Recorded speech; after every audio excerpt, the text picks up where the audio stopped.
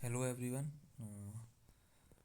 In this lecture, we will start Unit 2, that is memory. ठीक है, तो सबसे पहले हम डिस्कस करेंगे अबाउट मेमोरी ऑर्गेनाइजेशन।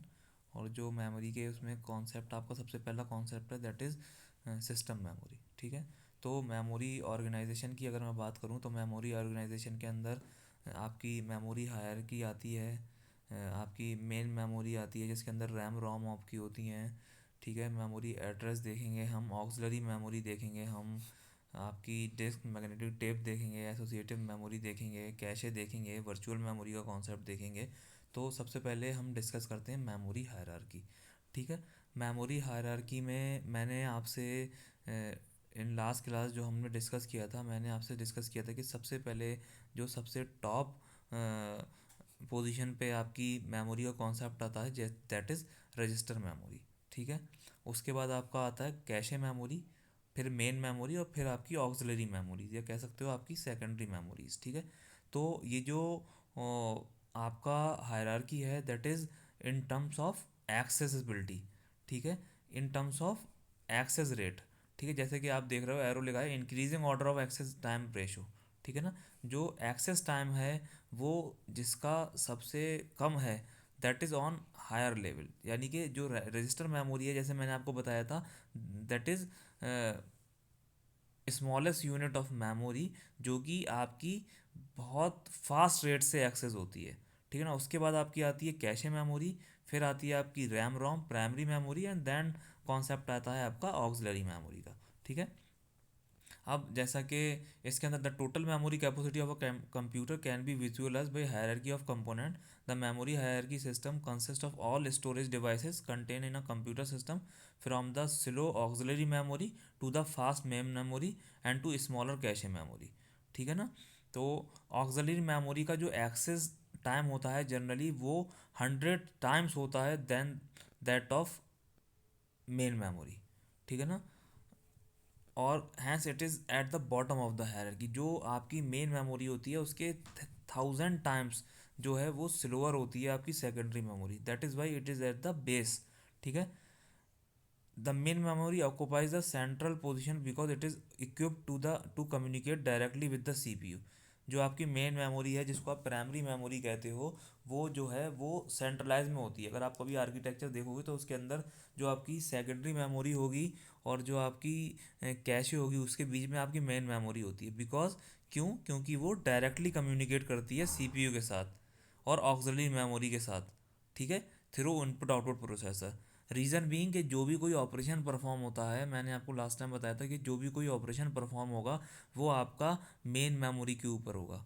ठीक है, उसके अंदर जो भी आपकी आपके अगर प्रोसेस आपको उसे सेकेंडरी मेमोरी से उठाना है तो वो उसको लेके मेन मेमोरी में आएगा, और अगर आपको प्रोसेसर से कोई इन्फॉर्मेशन प्रोसेसर को चाहिए उस पर्टिकुलर प्रोसेस से तो अभी वो मेन मेमोरी से लेगा, या इनपुट आउटपुट डिवाइसेस को कोई कुछ एक्सेस करना है या कोई वहाँ से प्रोसेस उठाना है तो वो भी आपका मेन मेमोरी में आएगा, that is why it is at centre position. When the program not residing in main memory is needed by the CPU, they are brought in from auxiliary memory. जैसे कि मैंने आपको बताया कि सपोज कर लो कोई प्रोग्राम की या किसी प्रोसेस की आपके प्रोसेसर को ज़रूरत पड़ती है और वो उस टाइम पे मेन मेमोरी के ऊपर नहीं है, तो आप उसे कहाँ से उठाओगे? आप उसे उठाओगे सेकेंडरी मेमोरी से, आपकी हार्ड डिस्क से, या आपकी मैग्नेटिक टेप से, या आपकी पेरीफेरल से। ठीक है, अब आपको अगर ध्यान हो, जब मैंने आपको स्टार्टिंग बताई थी कि कंप्यूटर को आप स्टार्ट कैसे करते हो, उस टाइम पे मैंने आपको बताया था कि जब आपका सिस्टम बूट होता है उस टाइम पे आपका हार्ड डिस्क पे कहीं ना कहीं आपका ऑपरेटिंग सिस्टम रखा होता है। उस ऑपरेटिंग सिस्टम को जब वो लोड करके लाता है कहाँ पर? मेन मेमोरी में, तभी आपका सिस्टम स्टार्ट होता है। सेम कॉन्सेप्ट इसमें यहाँ पर बताया हुआ है, when the program not residing in main memory is needed by the CPU, they are brought in from auxiliary memory. ठीक है ना, ऑक्सिलरी मेमोरी से लाया जाता है। Program not currently needed in memory are transfer into auxiliary memory to provide space in memory. मैंने आपको एक और कॉन्सेप्ट बताया था कि एलोकेशन और डी एलोकेशन भी इसके अंदर होता है। Allocation and deallocation are the function of operating system, के कब मेमोरी एलोकेट करनी है किसी प्रोसेस को और कब डी एलोकेट करनी है। ठीक है, अगर सपोज कर लो आपको कोई प्रोसेस है उसका कोई काम कंप्लीट हो जाता है तो वो अननेसेसरली मेन मेमोरी पे नहीं रहेगा। ठीक है, अननेसेसरली आपके स्पेस को ऑक्यूपाइड नहीं करेगा। उसको फ्री अप करने के लिए क्या करते हैं, उसको फ्री अप करने के लिए हम क्या करते हैं, हम अपनी जो भी मेमोरी है उसको, उस प्रोसेस को उस मेन मेमोरी से हटा देते हैं। ठीक है, और उसको कहाँ भेज देते हैं, उसको वापस हम अपनी सेकेंडरी मेमोरी में भेज देते हैं। ठीक है, ताकि कि जो मेरे पास मेन मेमोरी का स्पेस है वो मेरे पास ऑक्यूपाइड ना रहे और उसकी जगह कोई और प्रोसेस आ जाए। ठीक है, ये मैं आपको ब्रीफ में बता रहा हूँ।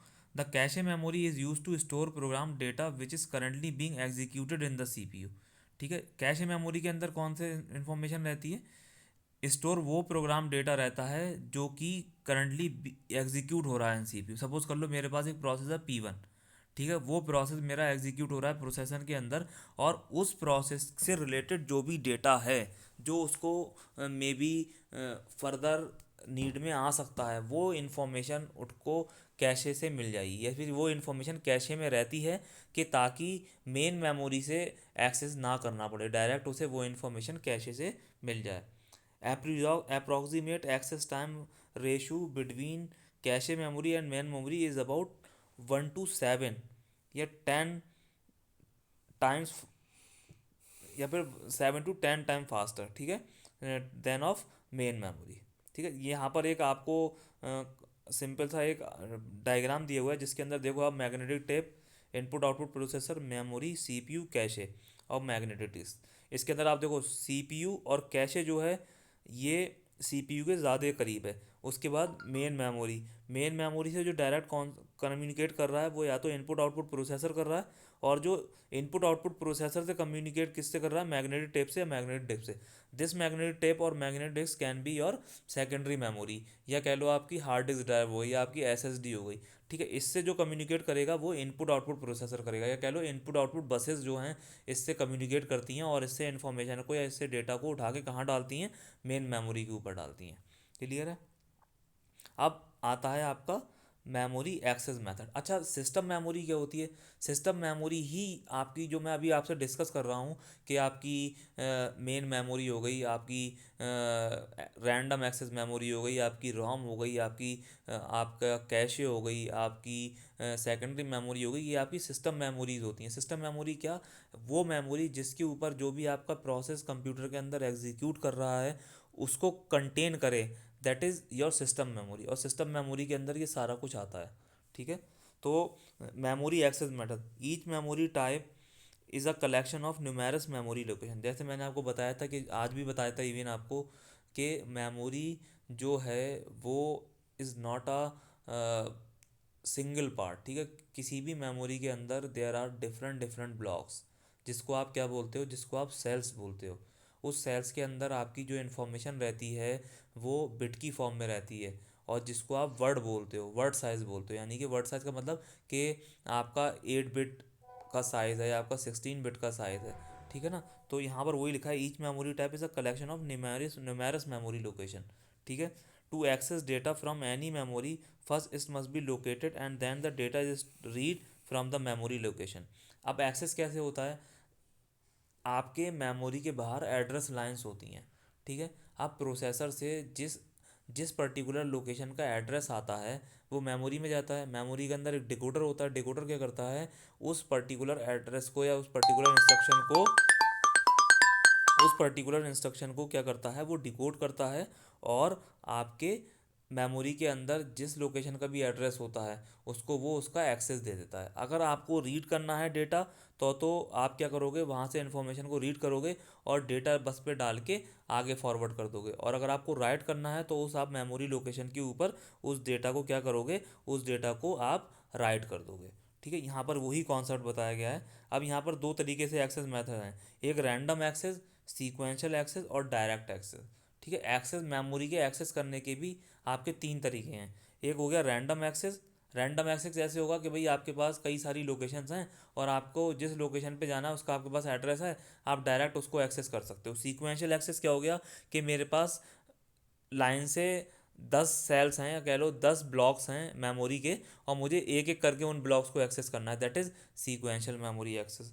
डायरेक्ट एक्सेस क्या हो गया कि भाई आपके पास, जैसे मैंने बताया पहले, रैंडम एक्सेस क्या है कि आप रैंडम किसी भी ब्लॉक को एक्सेस कर सकते हो।